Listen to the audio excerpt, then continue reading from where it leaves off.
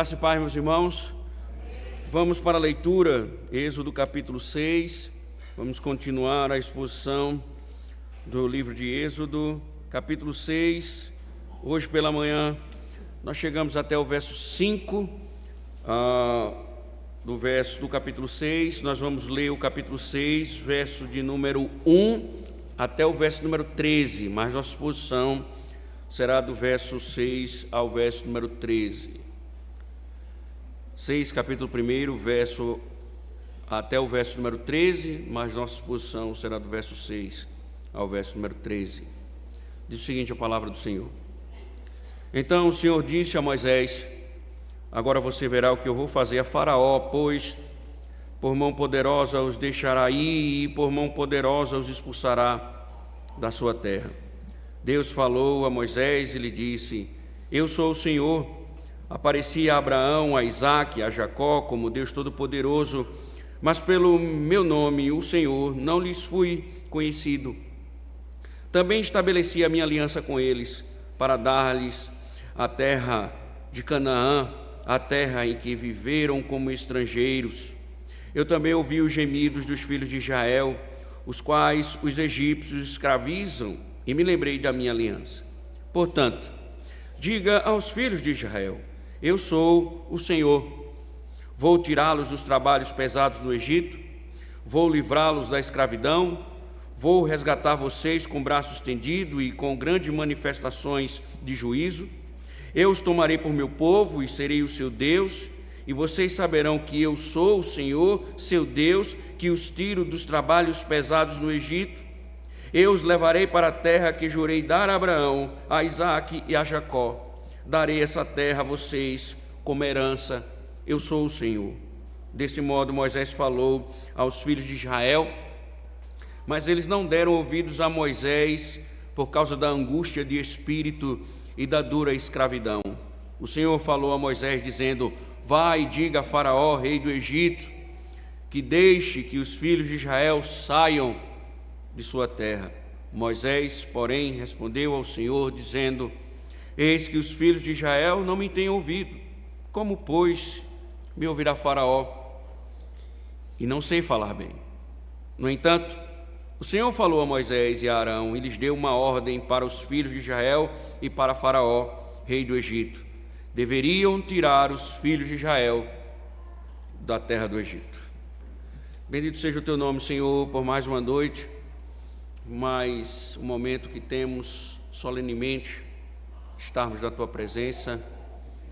E ó Pai, claro, Deus, mais uma vez rogamos as tuas misericórdias para que possamos te ouvir, Senhor, com a exposição fiel da tua palavra. Que teu Espírito seja bondosamente o nosso auxílio, também abrindo nosso entendimento, Senhor, fazendo com que estas verdades prosperem na nossa alma. Para a glória do teu santo nome, que nós te pedimos, te louvamos e te bendizemos. Amém. Podem sentar, irmãos.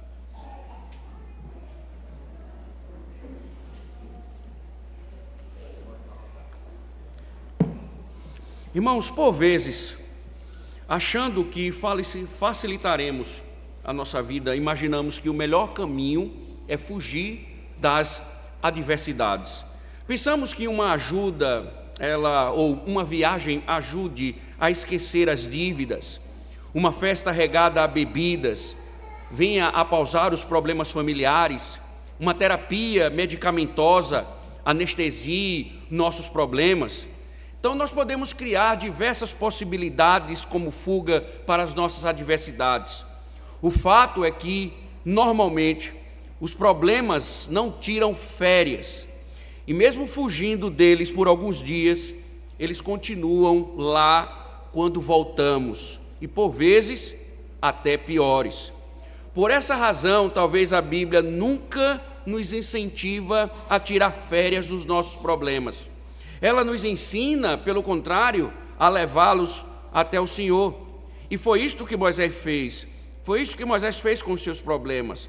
Quando os israelitas estavam produzindo tijolos para Faraó, e depois o acusaram por terem que produzir sem palha, Moisés viu todo o sofrimento do povo e ele dedicou sua vida ao Senhor, ele mostrou os problemas, buscou ao Senhor, orou ao Senhor.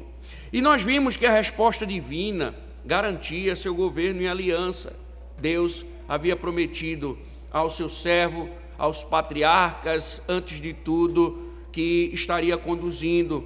E Deus deixa claro a Moisés, como nós vimos, que ele é a solução para a libertação do povo. É Deus quem vai libertar. Ainda que o caos estivesse aparente, nós vimos que Deus, ele tem os compromisso de livrar o povo conforme estabelecera em suas promessas. Então, quaisquer dificuldades que surgissem no processo, o Senhor estava mostrando a Moisés que ele seria capaz de lidar com elas.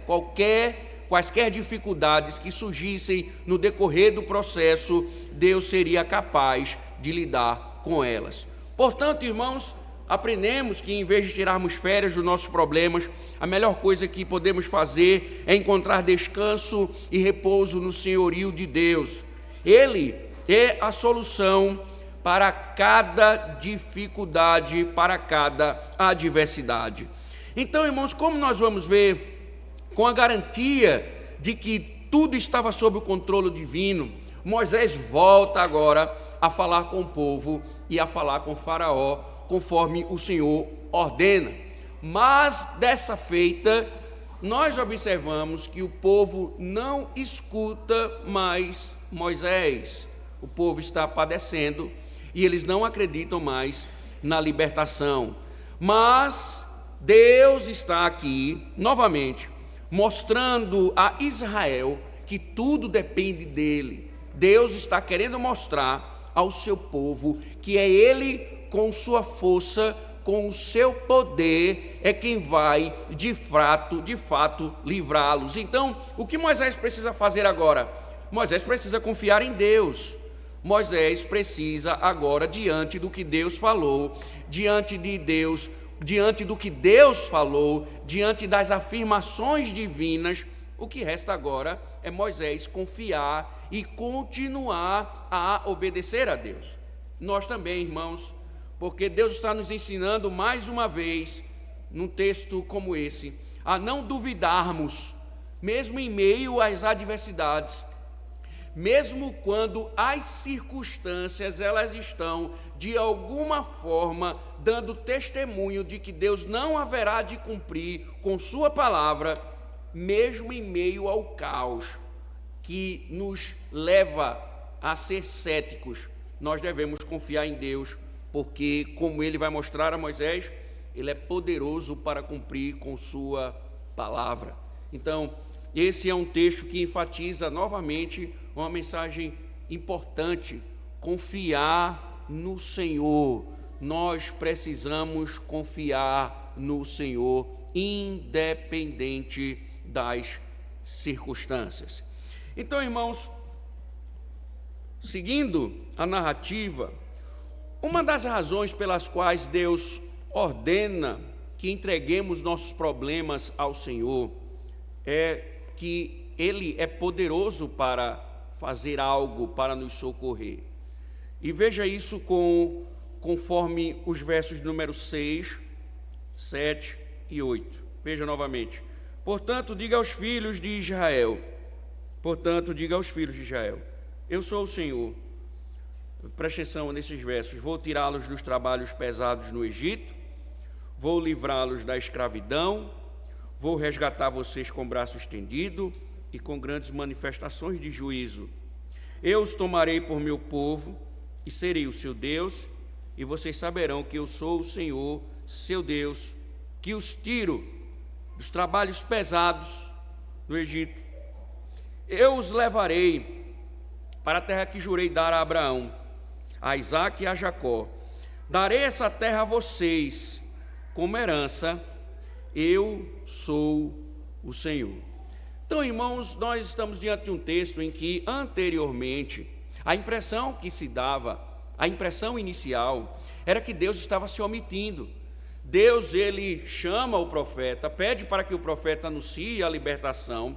O profeta comunica a vontade de Deus, proclama os feitos de Deus futuros com relação à libertação.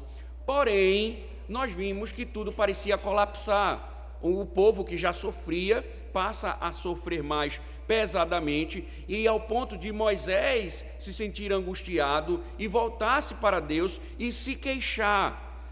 Mas a resposta de Deus, desde quando ele começa a tratar com Moisés e a mostrar a Moisés a sua fidelidade, a resposta divina, ela está sobrecarregada de ênfase nesse texto.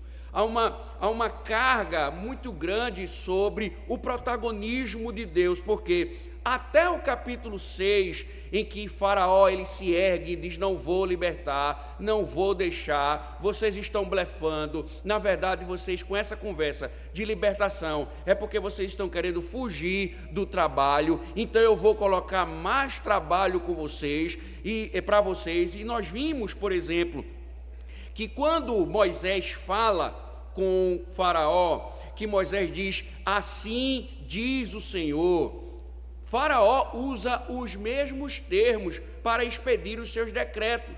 Os capatazes, os líderes chegam e dizem: assim diz Faraó. E como nós vimos, desde o capítulo 5, tem mostrado que Faraó é que tem se colocado como protagonista. O que Faraó está mostrando com todas as suas ordens, com toda a sua malícia, com toda a sua postura, ele está mostrando que não existe Deus, eu sou Deus, eu sou o Todo-Poderoso, é eu que governo, é eu que domino, é eu que determino, vocês devem me servir, vocês devem submeter a minha ordem. Esqueça essa questão de adoração, esqueça essa questão de libertação, porque quem manda aqui sou eu. E do capítulo 6, irmãos, quando o Senhor começa a responder Moisés, Deus agora mostra de fato quem é o protagonista. Deus de fato tem mostrado a partir do capítulo 6, e isso vai permear as narrativas sequentes, porque o que Deus está dizendo que vai fazer, no capítulo 7 ele começará a fazer de fato, que é quando ele derramará as pragas no Egito. Ou seja, a partir do capítulo 6, agora Deus está assumindo o protagonismo. E como nós vimos pela manhã, Deus tem deixado claro: Moisés, agora você verá o que eu vou fazer, no verso 1. Moisés, você está vendo todo esse sofrimento, todo esse caos, mas deixa eu lhe dizer uma coisa: você vai ver o que eu vou fazer a partir de agora. E veja que Deus diz que o homem poderoso que militou contra Deus, que negou a Deus, Deus diz: ele vai deixar ir, ele vai libertar vocês, porque isso será feito com mão forte. E aí no verso 2 em diante, Deus reafirma as suas promessas, os seus pactos, as suas alianças. Deus tem um compromisso com sua palavra. E novamente, irmãos, a partir do verso de número 6, Deus está a exaltar o seu protagonismo, e essa é mais uma resposta enfática. Se você percebeu as ênfases: vou tirá-los, vou livrá-los, vou resgatar, verso 6, eu os tomarei, os tiro, verso 7, eu os levarei e darei, verso 8. Então observe que, ao contrário de uma omissão aparente, Deus está mostrando um comprometimento em salvar o seu povo. Eu vou fazer, eu vou tirar, eu vou dar, ou seja, eu estou agindo e farei cumprir com a minha palavra. Mais interessante, irmãos, porque essas ênfases, elas estão revestidas por 4 promessas básicas. As 2 primeiras falam de libertação. No verso 6, por exemplo, ele diz: vou tirá-los dos trabalhos pesados no Egito, vou livrá-los da escravidão. Isto é, eles precisam de liberdade, e Deus está dizendo: eu vou libertá-los, eu vou fazer isso. A terceira promessa é a de redenção. Prestem atenção, porque o Senhor diz assim: eu vou resgatar vocês com braço estendido e com grandes manifestações de juízos, na parte B do verso 6.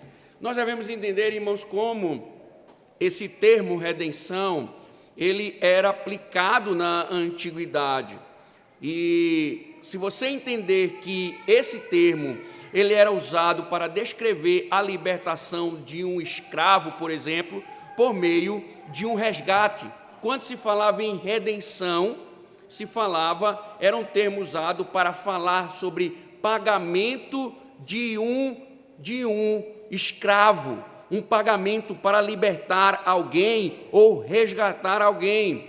É interessante que esse princípio que começa a se estabelecer aqui, ele vai se desenvolver e se tornará lei bíblica, porque, por exemplo, em Levítico, capítulo 25, vai ficar claro lá, que se um israelita, para pagar uma dívida, então suponha que um israelita tem uma dívida, e ele quer pagar essa dívida, mas ele não tem dinheiro, espécie, ele não tem como pagar em moedas, em animais, então o que é que eles faziam? Eles se vendiam como escravo, como forma de pagamento.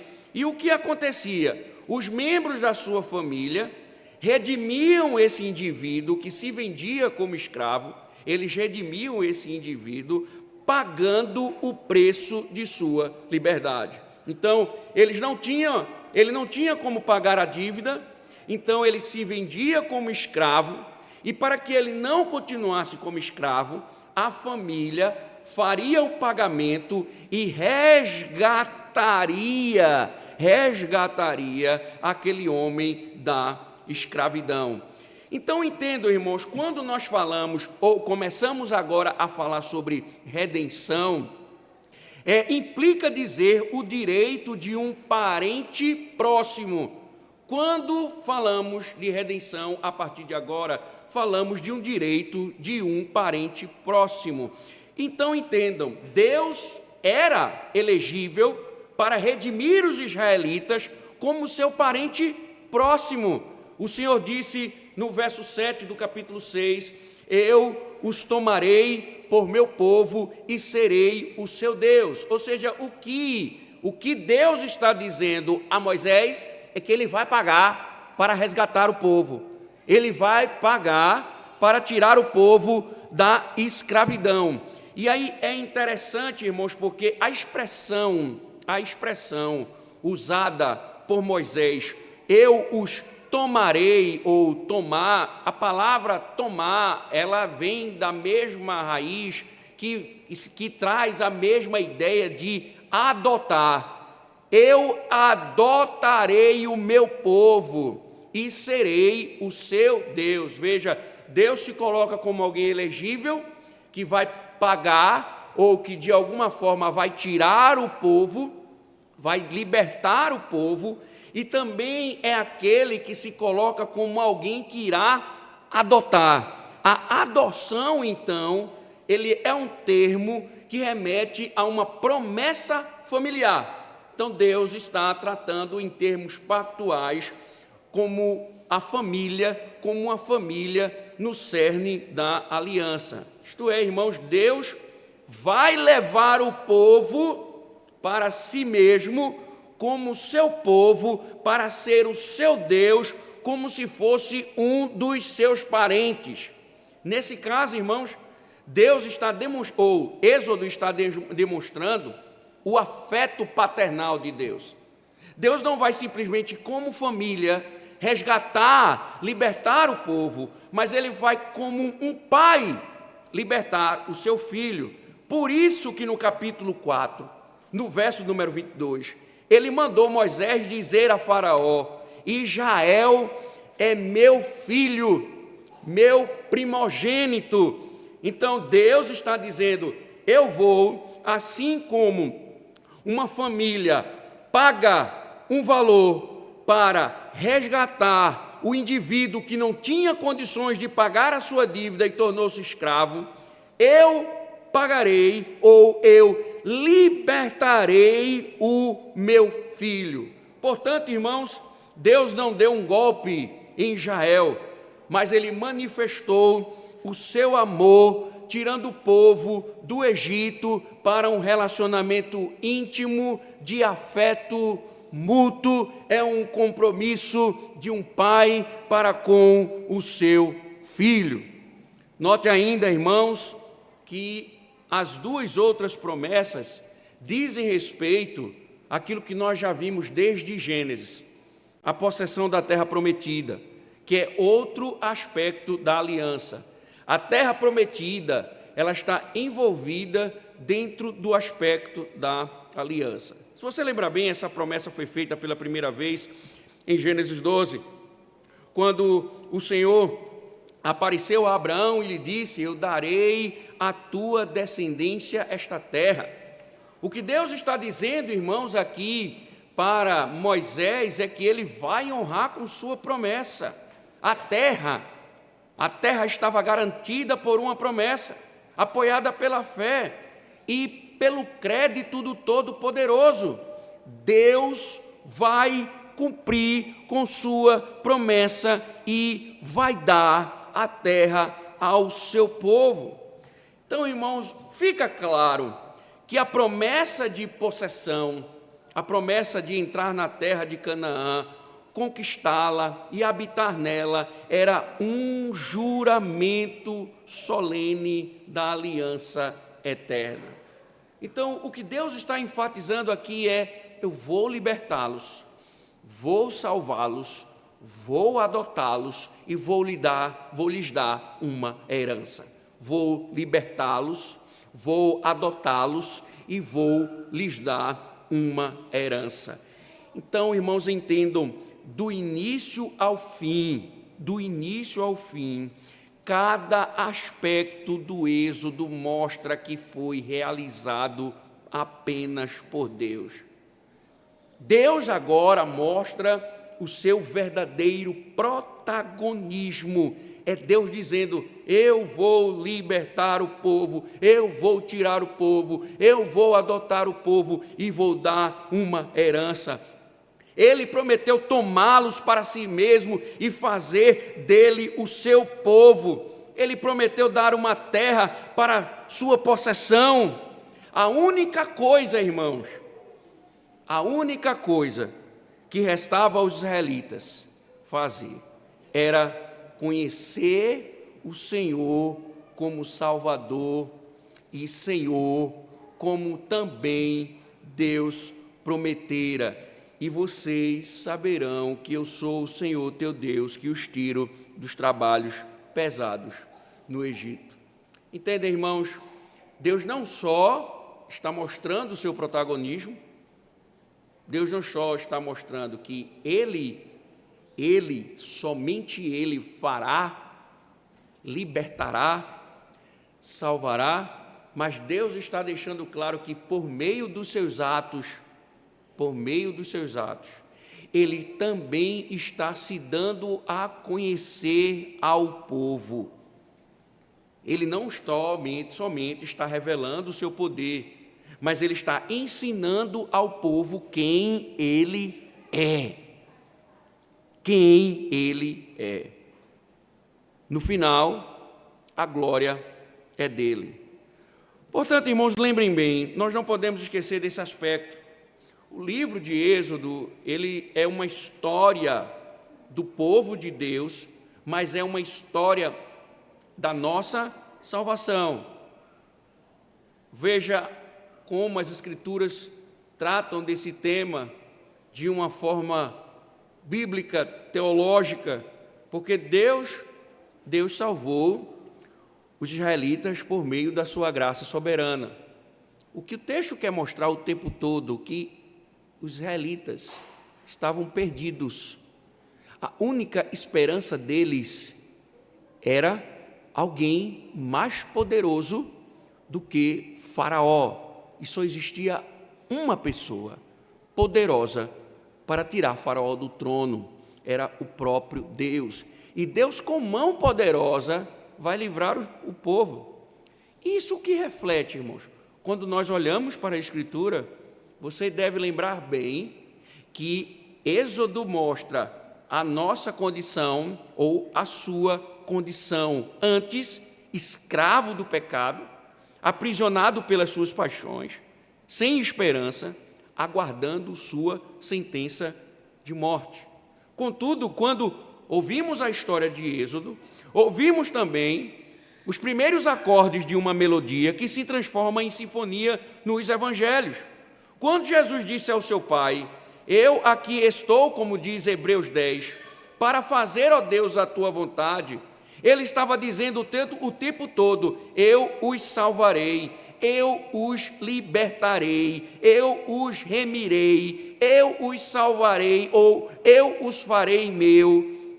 Entenda, irmãos, ele chega a dizer em João, no capítulo de número 10, verso de número 29, 28, 27, 26 e 25, o tempo todo que ele iria salvar o seu povo e ninguém as arrebataria de suas mãos.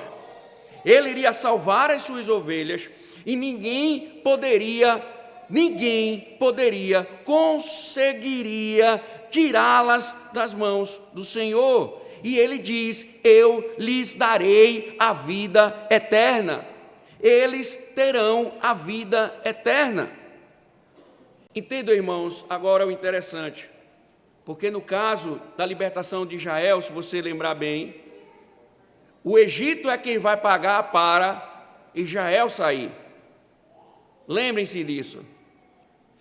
Embora no contexto familiar, a família é quem paga para o escravo ser liberto. No contexto de Êxodo, Deus vai zombar do Egito. Por quê?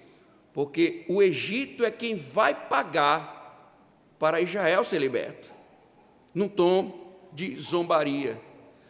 No caso do Egito, então, os egípcios pagaram para o povo sair.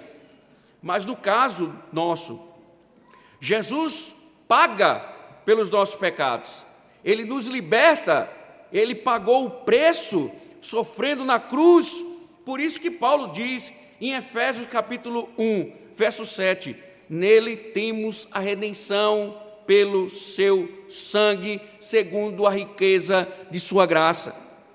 Também os evangelhos, as escrituras nos mostram que por meio dele somos acolhidos na família divina. Nós nos tornamos, assim como Israel foi chamado de meu filho, meu primogênito, também nós somos acolhidos na família divina, como nós vemos em 2 Coríntios, capítulo 6, verso 16, que ele diz: eu serei o seu Deus e eles serão o meu povo.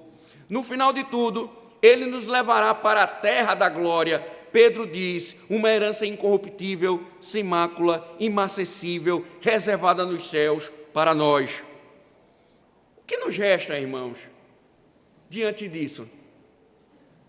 Tantas promessas, tanta manifestação de poder, tanta declaração de sua autoridade, de seu governo, de sua salvação. O que o Senhor espera do seu povo? Tudo que nos resta, irmãos, tudo que nos resta fazer é conhecer Jesus como nosso Salvador e Senhor. Não se trata, irmãos, de fazermos algo por Deus. Trata-se do que Deus fez por nós em Jesus Cristo. E nós precisamos responder a isso, confiar no Senhor, confiar que Ele vai cumprir com suas promessas. Confiar que Ele vai sustentar, confiar que Ele vai conduzir, confiar que suas palavras não vacilarão. A grande questão, irmãos, é se nós confiamos, se nós vivemos convictos dessa esperança de um dia sermos redimidos, de um dia sermos para sempre libertos, livres de todos os inimigos. No caso de Israel, irmãos, Israel foi afogado pelas adversidades. Mesmo Deus mostrando o que Ele vai fazer, o que Ele vai fazer com Faraó, mas a coisa estava tão difícil que Israel agora não crê mais na salvação do Senhor. Porque, lembre-se, irmãos, as notícias eram maravilhosas demais, como foi na primeira vez.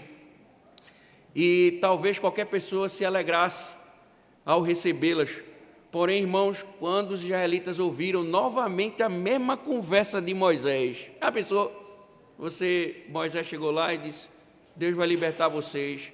A peia estava rodando solta. Aí lá vem Moisés de novo. Deus manda dizer: vai libertar vocês. Israel diz: está amarrado, capeta. Eu não aguento mais chicote, não. Veja do verso número 9. Desse modo, Moisés falou aos filhos de Israel, mas eles não deram ouvidos a Moisés por causa da angústia de espírito e da dura escravidão. Observe, irmãos, nada mais impressionava o povo.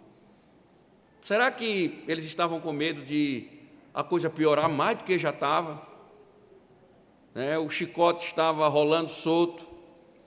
E mais uma vez Moisés vai lá e diz: o Senhor vai libertar vocês, e a promessa de libertação não mais comove o povo. E eles se recusam a crer no Senhor como Salvador. Tampouco se importavam com o nome dele. Simplesmente o que o texto nos diz eles taparam os ouvidos. Eles não quiseram mais ouvir. Eles não quiseram mais atentar. Mesmo com todas as demonstrações, confirmações, eles não quiseram mais ouvir. E é interessante, irmãos, porque aqui nós podemos observar duas esferas: a da impiedade, em primeiro lugar, porque, por exemplo, você comunica o evangelho aos pecadores com a promessa de libertação. O que é que eles dizem? Eles não acreditam. Eles não acreditam no evangelho. Eles não acreditam na mensagem do evangelho. Você prega o evangelho, mas elas não estão interessadas em ouvir o evangelho. Você veja, os israelitas não escutavam mais as palavras do profeta. Eles não queriam mais saber da notícia de libertação. Eles não compreendiam mais a salvação. Por outro lado, irmãos, a Bíblia diz que eles estavam desencorajados. Literalmente, a Escritura diz que eles estavam com o espírito em tamanha ânsia que não conseguiam ouvir a promessa de libertação. Isto é, irmãos, um autor chega a dizer que a escravidão estava mantendo-os na escravidão. A escravidão de sua alma estava mantendo também sua escravidão literal. E aí, irmãos, esse é mais o significado espiritual, porque o pecado é o mesmo tipo de escravidão. E a história de Israel no Egito ensina um caminho de salvação. Primeiro, reconhecendo que somente através da obra salvadora do Espírito, somente através da obra dele, que nós seremos libertos. Sem ela, nós continuaremos no pecado. Então, entendam, não importa quanto tempo tentamos parar, sempre parecemos continuar pecando, e muitas vezes continuamos cometendo pecados, os mesmos pecados, tentamos escapar, nos esforçamos para melhorar, mas ainda caímos no mesmo pecado, voltamos a fazer a mesma coisa e depois de algum tempo nós desanimamos. Então, a Escritura nos mostra, irmãos, que a única maneira de um pecador poder ir a Cristo é por uma intervenção divina. Veja, o próprio povo de Deus colapsou em sua descrença. Não deu crédito mais à libertação. Ou seja, irmãos, observem que situação difícil, porque o próprio povo agora entende que o seu destino, que o fim da sua jornada é a eterna escravidão até a extinção do seu povo. Isso mais uma vez enfatiza, irmãos, que somente o próprio Deus pode quebrar as correntes do pecado, somente Deus pode libertar. Por isso que Jesus disse: em verdade vos digo, Quem ouve a minha palavra e crê naquele que me enviou tem a vida eterna. Não entra em juízo, mas passou da morte para a vida. Em verdade vos digo que vem a hora, e já chegou, em que os mortos ouvirão a voz do Filho de Deus, e os que a ouvirem viverão. Ou seja, irmãos, somente Deus pode libertar incrédulos do pecado. Então, o que nós podemos ver, irmãos, é que às vezes nós lutamos tanto contra o pecado e por vezes fracassamos. Voltamos a lutar de novo e por vezes fracassamos. Em consequência disso, desanimamos. E chegamos à conclusão, como Israel, dizer assim: eu não tenho como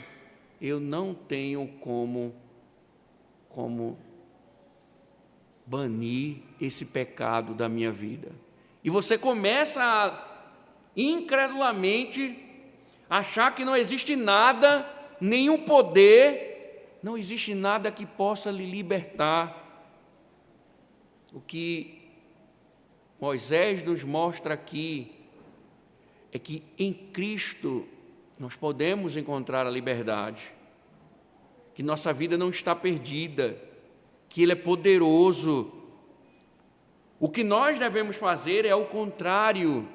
Em vez de agirmos com incredulidade, nós devemos clamar por liberdade. E Ele promete liberdade. Então, por vezes, o pecado, meu irmão, ele vai lhe desanimar e vai dizer a você: você não tem como ser liberto desse pecado. Deus não tem poder para libertar você do pecado. Isso é mentira de Satanás. Porque o Senhor, Ele tem poder de libertar o homem do pecado. Nós precisamos crer no Senhor. Nós precisamos crer no Senhor. Mas, irmãos, apesar de Israel, a incredulidade de Israel não tornou Deus infiel. Que bom, né, meus irmãos? Porque Deus não depende da nossa fé e da nossa credulidade para fazer o que Ele quer. Ele faz o que Ele bem entende. E Ele tinha muito trabalho a fazer. Veja o verso 10 e o verso 11. O Senhor falou a Moisés dizendo: Vá e diga a Faraó, rei do Egito, que deixe que os filhos de Israel saiam da sua terra. Observe, irmãos, que Moisés era parte do plano de Deus. Deus o instruiu a voltar para Faraó e exigir liberdade. Deus novamente diz: vá lá, você vai. Deus está executando o plano dele. Volte lá e diga a Faraó que é para ele libertar o povo. Vá lá. Se isso, irmãos, lhe parece familiar, é porque Deus já havia enviado Moisés a Faraó antes, como nós vimos. Esse era o chamado. Moisés seria o meio, o mediador. Deus diz: vá lá e vá. O povo não ouviu, não? Vá a Faraó e fale a Faraó que eu vou libertar o meu povo. Repita a Faraó o meu chamado.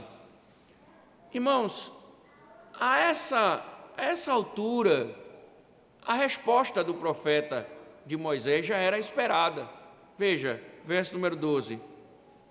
Moisés respondeu, porém, ao Senhor, dizendo: eis que os filhos de Israel não me têm ouvido. Como, pois, me ouvirá Faraó? E não sei falar bem. Lembrem-se que Moisés está aqui respondendo da mesma maneira. Eu não sou capaz de fazer o que o Senhor está mandando fazer. Eu não sou capaz de fazer o que o Senhor está mandando fazer. Irmãos, muitas vezes os servos de Deus precisam aprender a mesma lição 2 vezes ou mais. Como nós falamos pela manhã, essa é uma das razões pelas quais há tantas repetições em Êxodo. Porque se aprendêssemos tudo o que Deus quer nos ensinar já na primeira vez, Ele não precisaria repetir. Ele repete para que venhamos a aprender. Mas a triste verdade é que nós somos lentos no nosso entendimento, lentos na nossa fé, lentos na nossa obediência, mesmo com tudo que o Senhor havia dito. Moisés de novo vai dizer: ele não vai me ouvir, eu não sei falar bem.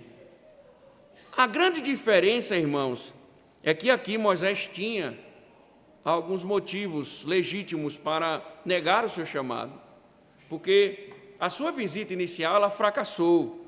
O profeta havia sido repreendido por Faraó, rejeitado agora pelo seu próprio povo. Então a pergunta é: vai mudar o quê? Vai mudar o quê?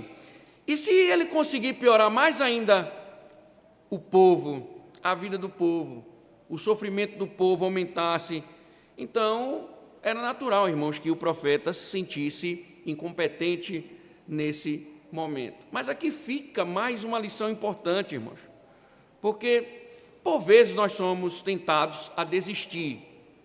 E quantos problemas, irmãos, eles surgem em decorrência da nossa obediência e nós somos tentados a parar de obedecer. Surgem alguns problemas e todos os antigos temores e dúvidas voltam à tona e nós arrumamos várias desculpas para não obedecer a Deus, mas Deus não se interessa pelas nossas desculpas, porque nós já conhecemos a resposta. Não importava o que tinha acontecido, não importava os fatos. O que Deus havia dito a Moisés novamente é: eu sou o Senhor, eu vou fazer cumprir com a minha palavra, e essa sempre é a resposta. Foi a resposta quando os israelitas estavam em escravidão e tiveram de fazer tijolos sem palha. Foi a resposta quando Moisés parecia estar sendo mal sucedido e não tinha certeza se poderia continuar servindo a Deus. E é a resposta para nós sempre que estivermos enfrentando problemas e formos tentados a deixar de fazer o que Deus nos chamou para fazer. Não importa a circunstância, nós devemos fazer aquilo que Deus ordena. Deus nos diz: eu sou o Senhor. Se Ele é nosso Senhor, Moisés, se eu sou o teu Senhor, não precisa temer Faraó, não precisa se justificar, vá e diga a Faraó que eu vou libertar o meu povo, porque eu sou o Senhor. Se Ele é o nosso Senhor, nós precisamos confiar nele e obedecer a Ele. Por isso, o Senhor fecha essa cena dizendo no verso 13: no entanto, mesmo depois de todas as desculpas, o Senhor falou a Moisés e a Arão e lhes deu uma ordem para os filhos de Israel e para Faraó, rei do Egito. Deveriam tirar os filhos de Israel da terra do Egito.